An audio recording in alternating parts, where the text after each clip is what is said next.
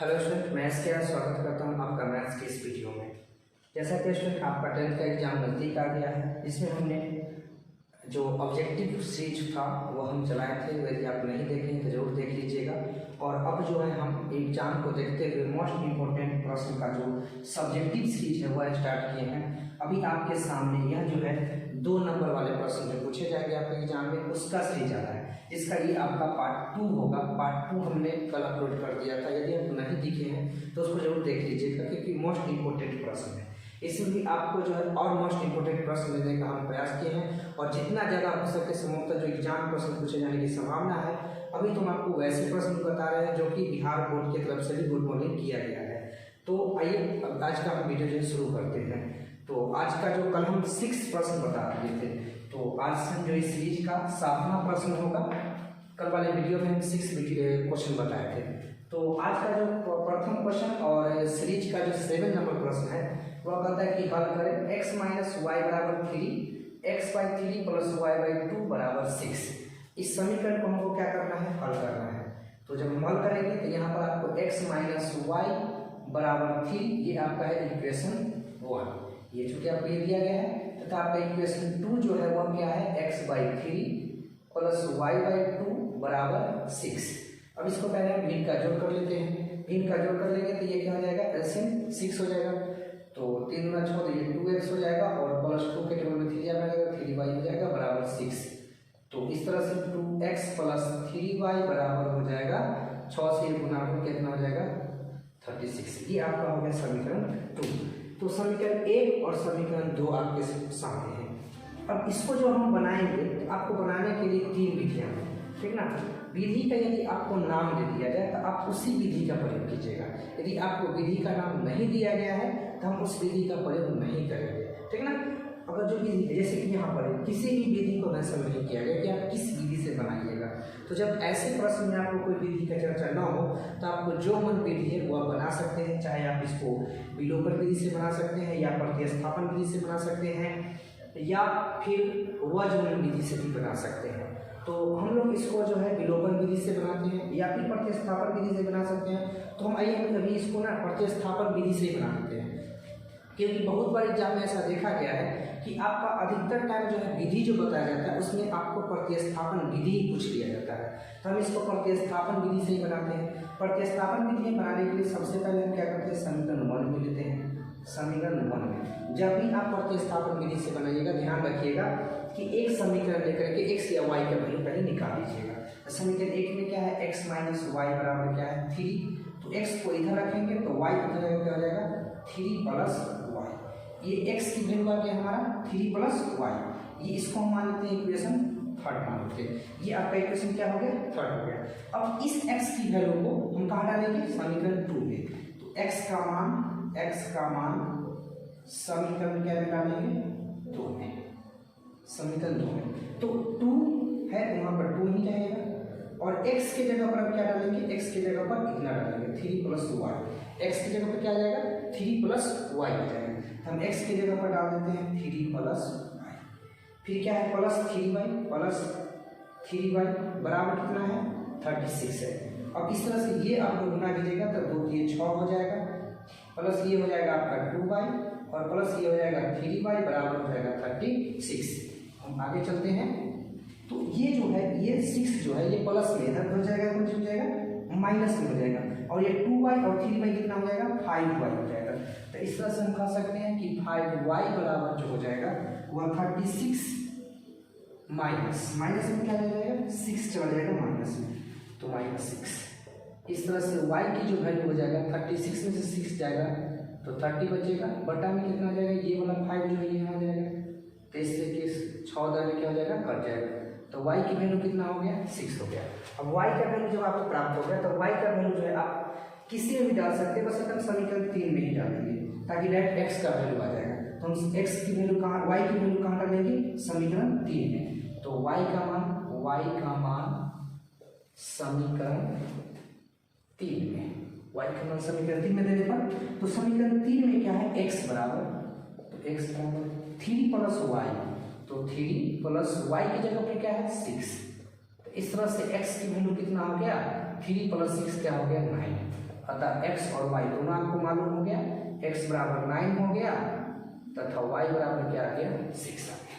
तो ये जो था ये क्वेश्चन का सॉल्यूशन हो गया, जिसमें हल करने पर हमें x की वैल्यू 9 आया और y की वैल्यू 6 आया, ठीक ना। तो ये जो था अपना आपका ये था आपका प्रतिस्थापन विधि। कौन सा विधि था? प्रतिस्थापन विधि। यदि आपको विधि का भी मेंशन कर दिया जाए और यदि आप विधि के अनुरूप बनाना चाहते हैं तो प्रतिस्थापन विधि से यदि पूछा जाएगा तो आप इसी तरह से बनाइएगा। विलोपन विधि की आपको बनाने आता होगा। वज्रमूल विधि का जो फॉर्मूला होता है x बराबर और y बराबर, वो आप जरूर याद कर लीजिएगा, ताकि वज्रमूल विधि पूछेगा तो उससे बना लीजिएगा। हालांकि हम एक वीडियो लाएंगे जिसमें अलग अलग प्रकार से थोड़े छोटे छोटे वीडियो रहेंगे, 2-2 मिनट का 3-3 मिनट का, उसमें अलग अलग जो विधि होती है उसके बारे में हम बता देंगे एक एक क्वेश्चन करके। जैसे ये प्रतिस्थापन विधि हो गया तो हम वज्रमूल विधि से भी 2 मिनट का एक वीडियो लाएंगे, उसमें आपको बताया जाएगा। साथ में हम कल समीकरण का सॉल्व करना बताए थे, तो उसमें भी आपको 2 मिनट का वीडियो लाएंगे जिसमें आपको पूर्ण वर्ग विधि से बनाने का बता देंगे। इसको पहले आप नोट कीजिए, तब आगे प्रश्न को देखते हैं। और आगे हमने और मोस्ट इंपोर्टेंट प्रश्न लिए हैं, इसे आप जरूर देख लीजिएगा। इसको पहले नोट कीजिए, फिर हम अगला क्वेश्चन को नोट करते हैं।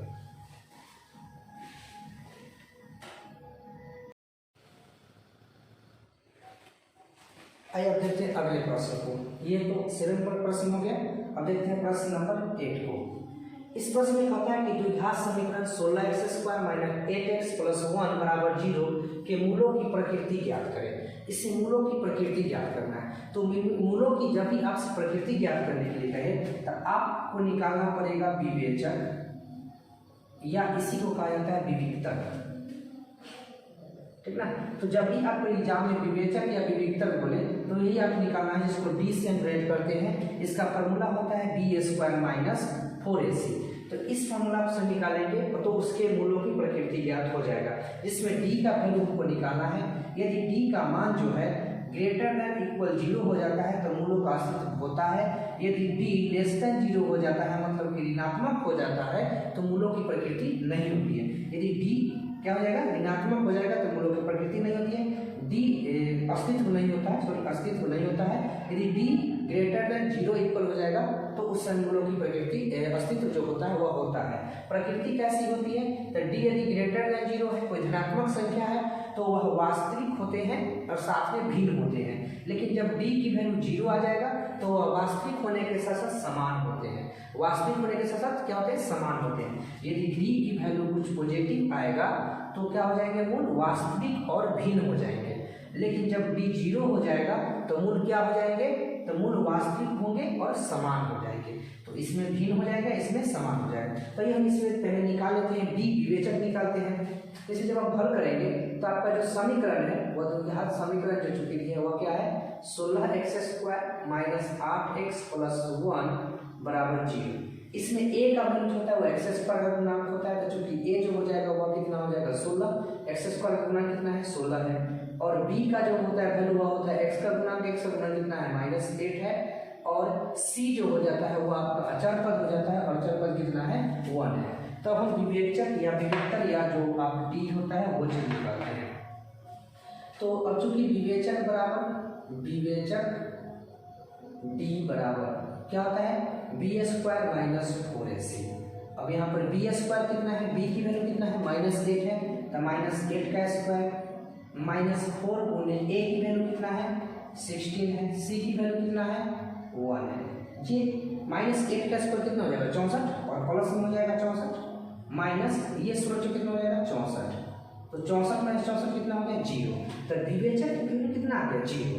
इस प्रकार बताइए मूल क्या होगा? तभी जस्ट हम बताए थे कि जब d का वैल्यू 0 आ जाएगा तो मूल वास्तविक एवं क्या हो जाएंगे? समान हो जाएंगे। यदि यही कोई धनात्मक संख्या रहता तो मूल वास्तविक एवं भिन्न होते, ठीक ना। मूल वास्तविक एवं भिन्न हो जाते। तो यहाँ पर जो अभी इसका जो मूलों की प्रकृति जो होगा, मूलों की प्रकृति अतः या इस प्रकार मूलों की प्रकृति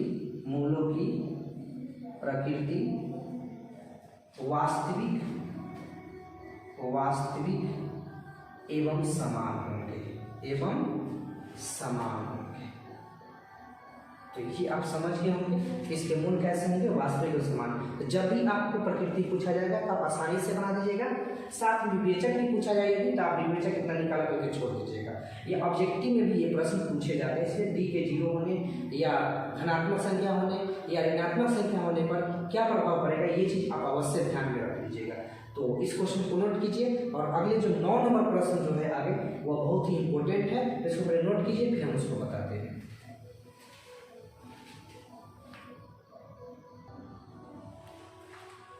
तो आइए अब देखते हैं अगले प्रश्न को, प्रश्न संख्या 9। तो प्रश्न संख्या 9 को ध्यान से समझिएगा। क्या कहा गया, टी के वह मान ज्ञात करें जिसके लिए द्विघात समीकरण 2y² + ty = -3 के दोनों मूल समान है। अभी हम जस्ट बताएं सबसे पहले, यदि d का वैल्यू क्या आ गया था 0, तो मूल वास्तविक एवं क्या थे, समान थे। और यहाँ पर वही चीज कहा गया कि दोनों मूल क्या है, समान है। अब दोनों मूल समान है, इसका अर्थ ये हुआ कि d जो होगा वो क्या होगा, 0 होगा। इस समीकरण का विवेचक जो होगा वो क्या हो जाएगा, 0 हो जाएगा। तो सबसे पहले तो हमको ये समीकरण जो दिया गया है ये क्या है, 2y² + ty, इस 3 को इधर ला करके लिख देते हैं, प्लस में 3 हो जाएगा बराबर 0 हो जाएगा। अब इसमें से हम उसी तरह से पहले a b c निकाल लेते हैं। तो a जो हो जाएगा वो x² का गुणन, यहाँ पर y² का गुणन क्या हो जाएगा 2, तो a हो गया 2। b का जो वैल्यू हो जाएगा y का गुणन जो है वो t हो जाएगा, और c जो हो जाएगा वो अचल पद कितना है, 3 हो जाएगा। अब चूंकि यहाँ पर हम यह लिख सकते हैं कि चूंकि दोनों मूल समान है, दोनों मूल क्या है, समान है, दोनों मूल समान है, चूंकि दोनों मूल क्या है, समान है, इसीलिए d बराबर क्या होगा, 0, या विवेचक बराबर क्या होगा, 0, या बोले कि b² - 4ac बराबर क्या होना चाहिए, 0 होना चाहिए। तो इस तरह वैल्यू डाल दीजिए। b क्या है आपका, t है, तो t² - 4 गुने a कितना है आपका, 2 है, c कितना है, 3 है, बराबर क्या आ गया, 0। इस तरह से t² - 4 × 8 8 × 24, तो -24 बराबर क्या हो जाएगा, 0 हो जाएगा। अब ये आपका जो t² है बराबर में ये -24 का चलेगा, प्लस में 24 चला जाएगा, और इस तरह से जो ये d हो जाएगा उधर अपने साथ प्लस माइनस लेकर के रूट ले जाएगा, जब स्क्वायर हो जाएगा क्या जाएगा, √24। तो इस तरह से ये जो d का जो वैल्यू आ गया वो प्लस माइनस, यदि 24 को आप बाहर निकालिएगा तो क्या जाएगा, 2√6 हो जाएगा। तो t का जो 2 वैल्यू हो गया वो 2 वैल्यू संभव है, एक प्लस माइनस 2√6, और यही आपसे पूछा है कि t का वह मान ज्ञात कीजिए जिसके लिए, तो t का मान 2 वैल्यू संभव है, t का 2 वैल्यू संभव है, एक या तो प्लस में 2√6 होगा या माइनस में 2√6 होगा, माइनस में 2√6 होगा।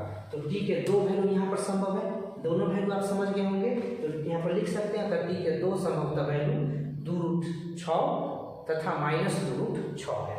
तो ये आप समझ गए होंगे, बहुत ही इंपॉर्टेंट प्रश्न है, इसको आप जरूर ध्यान में रखिएगा, ये प्रश्न एग्जाम में पूछे जा सकते हैं। आने वाले प्रश्न और ही इंपॉर्टेंट है, आप इसको पहले नोट कीजिए, फिर हम आगे अगले प्रश्न को हम आपको बताते हैं।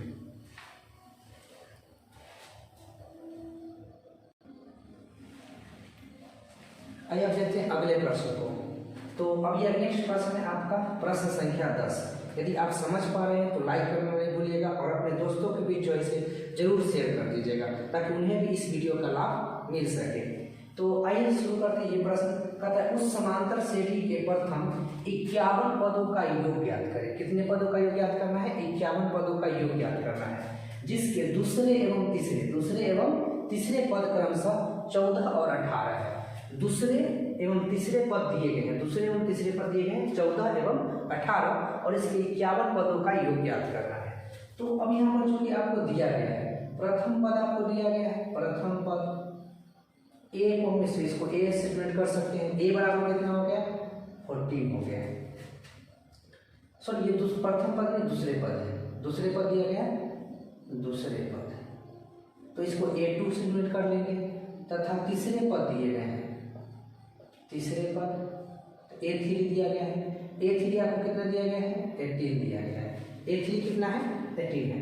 अब देखिए जब हम ये ज्ञात करेंगे तो सबसे पहले नंबर बात, तो हम इसमें से दोनों लगातार दो पदों के बीच के भी अंतर जो होता है वो पदांतर, वह सार्व अंतर कहलाता है। क्या कहलाता है, सार्व अंतर, जो कि d होता है। अब चूंकि d बराबर होता है क्या, a2 - A1, A2 आपका कितना है 18 माइनस A1 कितना है 14।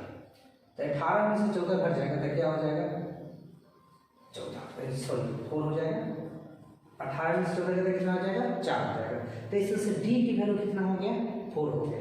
अब यहाँ पर देखिए चूंकि दूसरा पद आपको 14 दिया गया है, क्योंकि A2 कितना है 14 और A2 जो होगा वो क्या होगा A प्लस D।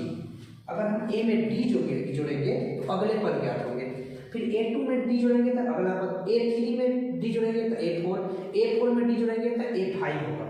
तो यहाँ पर A2 जो होगा A प्लस D हो जाएगा और A प्लस D जब 14 है और हमको D की वैल्यू मालूम है कितना 4, तो A प्लस 4 बराबर 14, तो A जो वैल्यू हो जाएगा वो 14 माइनस 4 और इस तरह से A का वैल्यू कितना आ जाएगा आपका 10 हो जाएगा। तो इस तरह से A हमको प्राप्त हो गया, A प्राप्त हो गया, D प्राप्त हो गया। देखिए यहाँ पर ये आपका D प्राप्त हो गया और यहाँ पर A प्राप्त हो गया और हमको 51 पदों का योग ज्ञात करना है तो M भी प्राप्त हो गया।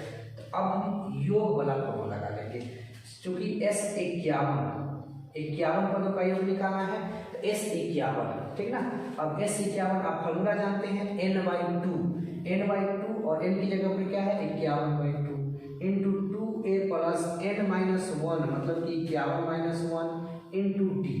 इसे वैल्यू डाल दीजिए 51/2 इंटू 2 गुने a की वैल्यू कितना है, देखिए a की वैल्यू कितना है 10 आया है, तो a की वैल्यू कितना दे देंगे 10 प्लस 51 में से क्या कितना हो जाएगा 50 गुने d की वैल्यू कितना है, तो d की वैल्यू कितना है 4 है, तो d की जगह पर क्या दे दीजिएगा 4 दीजिएगा, तो ये 51/2 ही रहेगा। और ये 2 दाएं कितना हो जाएगा 20 प्लस 50 को कितना हो जाएगा 200। तो इस तरह से ये 51/2 गुने इसको जोड़ने पर ऐड करने पर कितना हो जाएगा 220। यहाँ जब ये चिन्ह घटेगा तो गुना का चिन्ह आ जाएगा, ये 2 से काटेंगे 110, तो कितना हो जाएगा 51 गुने 110 110। इसको गुना कर दीजिए 11 से गुना कीजिएगा, क्या यहाँ पे 1 हो जाएगा, 11 बचे 55 और 1 56 हो जाएगा। इस तरह से जो इसका 51 पदों का योग हो गया वो कितना हो गया 5610 हो गया। इस प्रकार प्रथम 51 पदों का योग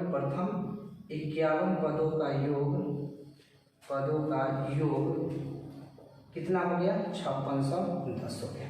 तो समानता से देखिए प्रथम 51 पदों का योग कितना हो गया 5610 हो गया। तो आप समझ गए होंगे कि दूसरे और तीसरे पद अगर दिया और तक किस तरह से हम प्राप्त कर सकते हैं। एक चीज यहाँ पर आप थोड़ा सा ध्यान दे सकते हैं, अगर आपको ये प्रोसेस आपको लंबा लगता है एक चीज आप कर सकते हैं, ये क्या कि आप जानते हैं कि A2 चूंकि A2 क्या दिया गया है A2 बराबर 14 दिया गया है, A2 का मतलब होता है A प्लस D, तो A प्लस D बराबर 14 समीकरण 1 हो जाएगा, तथा A3 आपको क्या दिया गया है A3 18 है और A3 का मतलब A प्लस क्या हो जाएगा 2D बराबर 18 समीकरण 2। अब इस समीकरण को जब हम सोल्व करेंगे 1 और 2 को तो आपको A और D का वैल्यू आ जाएगा, क्या आ जाएगा A और D का वैल्यू आ जाएगा। तो A और D का वैल्यू आ जाएगा तो आप यहाँ कर सकते हैं। तो आप इस प्रकार से बना सकते हैं या समीकरण इक्वेशन मान करके भी आप बना सकते हैं। तो आपको जो मेथड बेहतर लगेगा वो आप कर लीजिएगा, कोई परेशानी नहीं है। तो ये आप समझ गए होंगे, आप इसको आप नोट कीजिए। और अगले जो प्रश्न है आपका क्वेश्चन नंबर 11 जो कि बहुत ही महत्वपूर्ण प्रश्न है, इसको आप नोट कीजिए, फिर हम अगले प्रश्न को बताते हैं।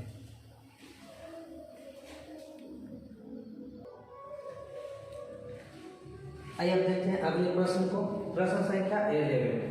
प्रश्न संख्या 11 में कहा जाता है कि यदि 4/5 के 2 किसी एपी के 3 क्रमागत पद है, एपी का 3 क्रमागत पद आपको दे दिया गया है, एक 4/5 है, एक के है और एक का 2 है, और आपसे पूछा जा रहा है के का मान क्या होगा, के का मान क्या होगा। अब चूंकि ये एपी के 3 क्रमागत पद है, ये एपी के 3 क्रमागत पद है, एपी के 3 क्रमागत पद है, 3 क्रमागत पद आपको दिए गए हैं। वह कौन कौन से हैं 4/5 है, के है और 2 है। इसमें आप कह सकते हैं A1 आपका कितना है 4/5 है, A2 कितना है के है और A3 कितना है 2 है। अब किसी एपी में जानते हैं कि चूंकि एपी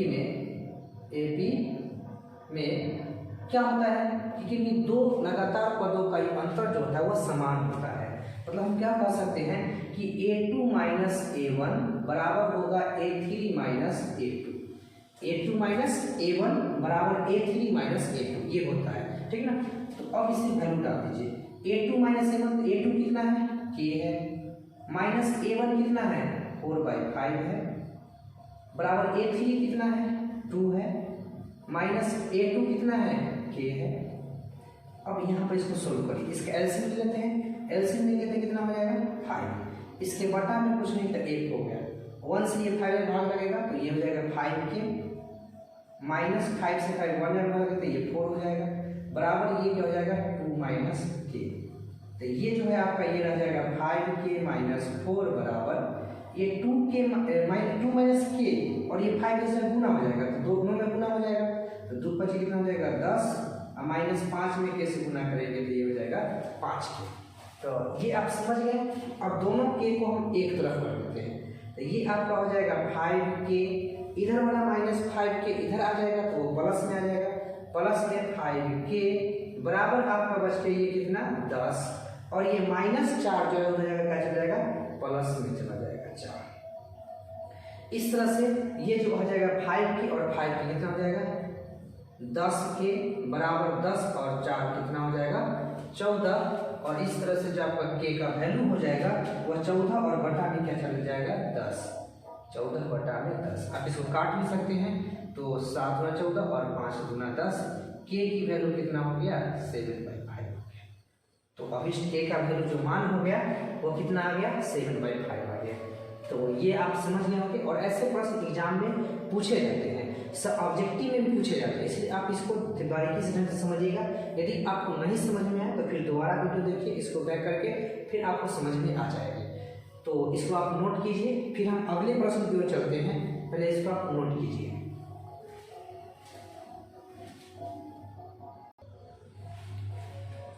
आइए अब देखते हैं अगले प्रश्न, प्रश्न संख्या 12 को। प्रश्न संख्या 12, इससे पहले अब 11 क्वेश्चन हो गए, जो कि कल वाले वीडियो में 7 क्वेश्चन था। यदि आप वो नहीं देखे हैं तो उसे आप अवश्य जाकर के पहले देख लीजिएगा, ठीक ना। तो अब चलते हैं क्वेश्चन नंबर प्रश्न संख्या 12 की ओर। कहता है cosec A बराबर, यदि cosec A बराबर 4/3 हो तो cos A और tan A का मान ज्ञात करें। तो ये बहुत ही आसान प्रश्न है, तो सबसे आप ध्यान दीजिए, समझिए। यहाँ पर आपको क्या दिया गया है, जो कि दिया है क्या दिया गया है cosec A बराबर 4/3। अब चूंकि ये तो अनुपात है, जो काट करके आता है वो अनुपात है, जो काट करके राशि हटा देगा वो अनुपातिक राशि है। तो यहाँ पर हमको मान लेना होगा, माना कि अनुपातिक राशि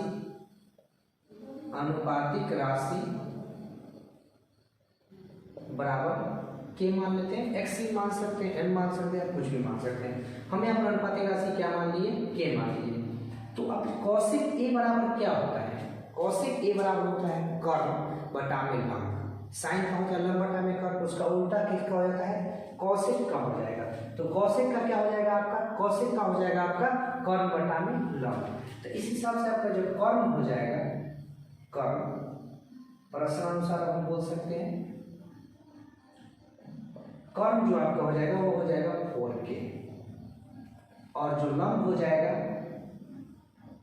वह हो जाएगा आपका 3K। कर्ण बटा में लंब, ये आपका cosec A का फॉर्मूला होता है कर्ण बटा में लंब। तो कर्ण हो गया 4K और लंब हो गया 3K। अब इसे हम क्या निकाल लेते हैं, पहले आधार निकाल लेते हैं। तो आधार निकालते हैं, आधार बराबर आप जानते हैं फॉर्मूला क्या होता है, रूट अंडर कर्ण स्क्वायर माइनस लंब स्क्वायर। तो रूट अंडर कर्ण स्क्वायर क्या है 4K का स्क्वायर माइनस लंब स्क्वायर क्या हो जाएगा 3K का स्क्वायर। 4K स्क्वायर क्या हो जाएगा आपका 16K square minus 9K square. तो इस तरह से यहाँ पर जो आपका ये घट करके जो हो जाएगा वो हो जाएगा 7K स्क्वायर। इस तरह से √7 तो अंदर ही रहेगा, K स्क्वायर बाहर आकर क्या हो जाएगा K। तो इसका वैल्यू जो है आधार का वो हो गया √7K। अब एक एक करके आप वैल्यू निकाल लीजिए। आपको सबसे पहले क्या निकालना है cos A। अब cos A निकालना है, तो cos A बराबर क्या होता है फॉर्मूला, आधार बटा कर्ण होता है। cos A क्या होता है आधार बटा कर्ण। तो आधार की वैल्यू आप देख लीजिए कितना है, तो आधार का वैल्यू आपका यहाँ पर आया है √7K। क्या आया है √7K। तो √7K बटा में कर्ण देख लीजिए। तो कर्ण आप देखिए यहाँ पर कर्ण आपका दिया गया है कितना है 4K। कर्ण कितना है 4K। के से के आपका कट जाएगा, कितना बचेगा √7/4। ये आपका आंसर हो जाएगा। तो ये आपका कॉस ए हो गया, लेकिन अब क्या निकालना है आपको tan ए। तो इस तरह से tan का फॉर्मूला क्या होता है, आप इसको बना करके कमेंट बॉक्स में कमेंट कीजिए। आपके लिए हम इसी सब्जेक्टिव प्रश्न में एक छोटा सा प्रश्न छोड़ दिए हैं आपको बनाने के लिए, तो इसको आप बना करके जरूर कमेंट बॉक्स में कमेंट कीजिएगा। अभी आपके लिए 11 बजे रात तक वीडियो बन रहा है, आप जो है जरूर इसे देखिए। और जितने भी आपके दोस्त हैं, ठीक ना, रिलेशन में जो आपके एग्जाम देने वाले हैं 10th के, उनके पास भी इस वीडियो को जरूर पहुंचाइए, ताकि उन्हें भी इसका जो है लाभ मिल सके। और आपको इसका वैल्यू जो है वो कमेंट बॉक्स में जरूर कमेंट करना है, ठीक ना। प्रश्न संख्या 12 में tan ए बराबर क्या होगा, ये आपको कमेंट करना है। तो इसको आप नोट कीजिए, फिर हम अगले प्रश्न को लिखते हैं और उसको बनाने का प्रयास करते हैं। अभी लगातार आपका जो है साइन कॉस नहीं फॉर्मूला है, क्वेश्चन है, बट एक पर एक प्रश्न है। जो आपका 15वां नंबर प्रश्न होगा, आपका लास्ट प्रश्न, वो बहुत ही और इम्पोर्टेंट प्रश्न है। तो आप इसको नोट कीजिए, फिर हम चलते हैं अगले प्रश्न की ओर।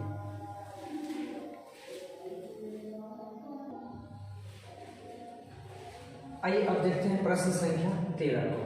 कहता है कि यहाँ पर वैल्यू ज्ञात करना है, मान ज्ञात करना है। आपको दिया गया है 4 sin square 60 degree plus cos square 60 degree और tan square 45 minus cos square 90 plus sin 90। तो इसको हल करते हैं। तो हल करते हैं तो सबसे पहले हमें इसका वैल्यू निकालना है 4 sin square 60 degree plus cos square 60 degree बटा में आपका क्या है tan स्क्वायर 45 डिग्री है, माइनस में cos स्क्वायर 90 डिग्री है और प्लस में आपका sin 90 है। तो अब यहाँ पर समझिए 4 sin square 60 degree plus cos square 60 degree, sin square theta plus cos square theta की वैल्यू कितना होता है 1 होता है। अब यहाँ पर जानते हैं, यहाँ पर लिख सकते हैं, चूंकि sin square theta plus cos square theta की वैल्यू कितना होता है 1 होता है। इसलिए हम यहाँ पर ये कर सकते हैं 4 गुने 1 कर सकते हैं। इसको क्या कहते हैं 4 गुने 1। हालांकि थीटा के अंदर कुछ भी वैल्यू हो 1 ही होगा, ठीक ना। अब दोनों थीटा की वैल्यू कुछ भी वैल्यू दी जाएगा, sin square 70 degree plus cos square 70 degree value कितना 1 हो जाएगा, sin square 120 degree plus cos square 120 degree value कितना हो जाएगा 1 हो जाएगा। तो कुछ भी आपको दिया जाए वैल्यू कितना हो जाएगा 1 हो जाएगा। तो ये आपका हो गया 4 गुने 1 बटा में आप इसका वैल्यू डाल दीजिए। तो tan स्क्वायर 45, tan 45 का मान कितना होता है 1 होता है। यदि आपको ये वैल्यू नहीं याद है तो आप सबसे पहले ये वैल्यू याद कर लीजिए, क्योंकि एग्जाम में ये वैल्यू ऑब्जेक्टिव में डायरेक्ट पूछ दिए जाते हैं और सब्जेक्टिव जब आपको याद नहीं रहेगा तो क्वेश्चन, बहुत सारे क्वेश्चन छूट जाएंगे। इसलिए आपको याद कर लेना है। tan 45, tan स्क्वायर 45 है, tan 45 का मान कितना होता है 1, तो ये हो जाएगा आपका 1 का स्क्वायर माइनस cos 90, cos 90 का वैल्यू कितना होता है 0, तो ये 0 का स्क्वायर 0 ही हो जाएगा, प्लस sin 90 का वैल्यू कितना होता है 1 होता है। तो ये 4 पूरे 1 4 हो जाएगा, बटा में 1 का स्क्वायर 1 हो जाएगा और ये 1 और 1 कितना हो जाएगा 2 हो जाएगा। ये 2 2 जब 4 कट जाएगा तो इसका वैल्यू कितना हो जाएगा 2। ये आपका आंसर हो जाएगा। ये आप समझ गए होंगे। अब चलते हैं अगले प्रश्न पर, प्रश्न संख्या 14 की ओर, ठीक ना। इसको आप नोट कर लीजिए, इसको नोट कीजिए, फिर हम प्रश्न संख्या 14 बताते हैं।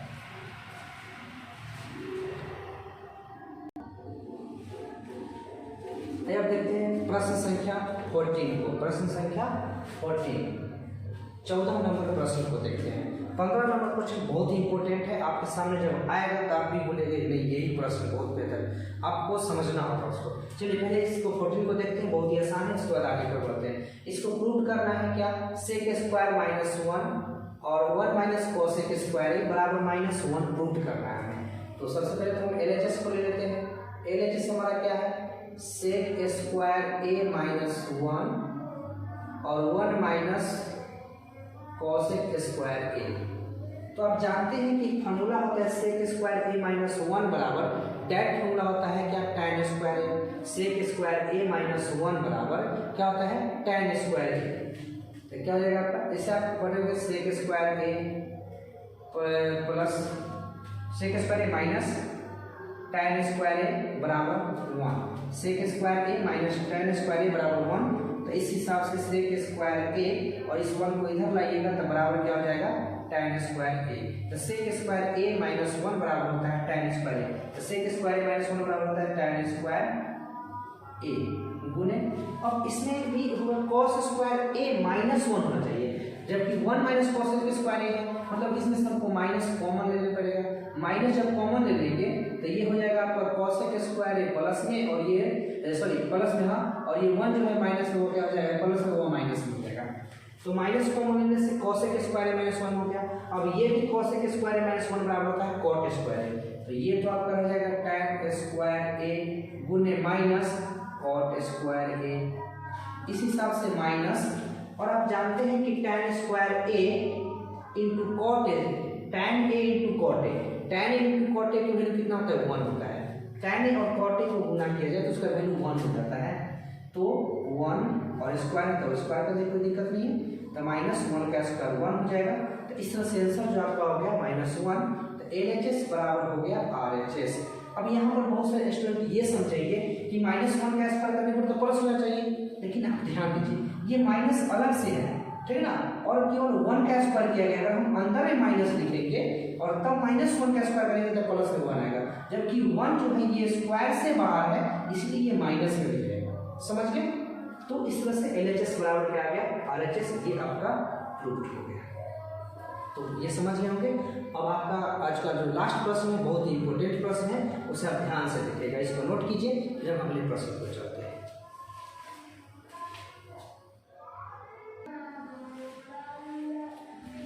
आइए अब देखते हैं प्रश्न संख्या 15 को। यहाँ पर क्या है, प्रूव दैट, ये भी सिद्ध करने वाले प्रश्न है, ठीक ना।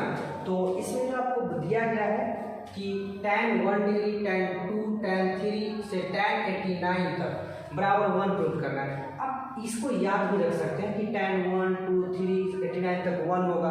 हो सकता है ऑब्जेक्टिव में आपको सिर्फ ये दे देगा, ऑप्शन में आपको 0, 1, 2, 3 रहेगा, तो आपका आंसर क्या हो जाएगा, 1 हो जाएगा। कितना हो जाएगा, 1। ऐसे करके साइन कॉस में भी क्वेश्चन पूछे जाते हैं, ठीक ना।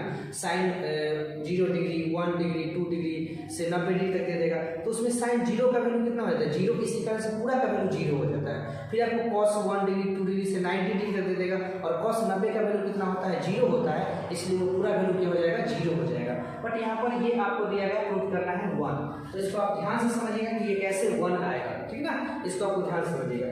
तो सबसे पहले LHS जो है उसको हम लिख लेते हैं। LHS क्या है आपका, tan 1 डिग्री है इंटू tan 2 डिग्री है इंटू tan 3 डिग्री है, और ये इस तरह से जाते कहाँ तक जाना है, tan 89 डिग्री तक जाना है, tan 89 डिग्री तक।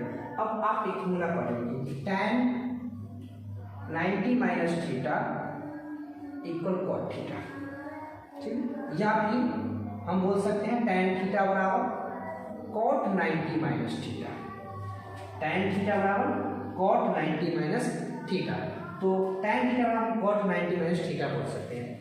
तो अब यहाँ पर ध्यान दीजिए, अगर हम ऐसा करते हैं, ठीक है ना, 1 डिग्री से आपके पास 89 डिग्री तक है, 1 डिग्री से 89 डिग्री तक है, तो हम यहाँ पर अगर हम 1 डिग्री को चेंज करते हैं, 1 डिग्री को अगर हम कॉट में चेंज करते हैं तो कॉट 90 माइनस थीटा, तो कॉट 90 माइनस 1 कितना हो जाएगा, 89 डिग्री।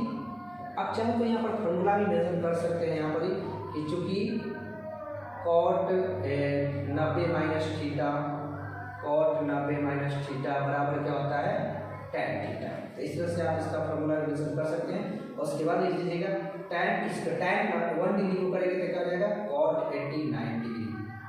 फिर अगर इसको हम कन्वर्ट कर देते क्या हो जाएगा, कॉट 88 डिग्री हो जाएगा। इसी तरह से ये क्या हो जाएगा, कॉट 87 डिग्री हो जाएगा।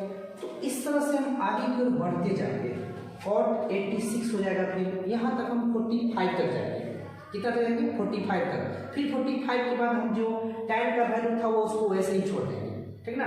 तो आधा इतना आ जाएगा, कॉट 89 डिग्री से 45 डिग्री तक ले, और फिर वो tan 45 से आगे की ओर चला जाएगा। इसमें आप 89 तक, इसमें tan 87 भी होगा, tan 88 भी होगा, tan 89 होगा, ठीक ना। तो इस तरह से हम देख सकते हैं कि कॉट 89 से लेकर के हम बीच में कहाँ तक जाएंगे, कॉट 45 डिग्री तक जाएंगे, और फिर बगल में क्या रहेगा, tan 45 डिग्री रहेगा, ठीक ना। तो tan 45 डिग्री रहेगा, ठीक, और फिर वहाँ से tan 44, इस तरह से 46, ऐसे करके 89 डिग्री तक आ जाएगा। अब देखिए अगर हम cot 89 को tan 89 से गुना करते हैं तो वैल्यू 1 होगा, क्यों? क्योंकि tan theta into cot theta का वैल्यू होता है 1। tan theta into cot theta का वैल्यू कितना होता है? 1 होता है। तो इस हिसाब से यहाँ पर ये भी फॉर्मूला आप चूंकि मेजर कर सकते हैं, चूंकि tan theta into cot theta बराबर होता है 1। इसीलिए हम ऐसा कर सकते हैं कि ये गुना करने पर 1 होगा, ये cot 88 और tan 88 गुना करने पर 1 होगा।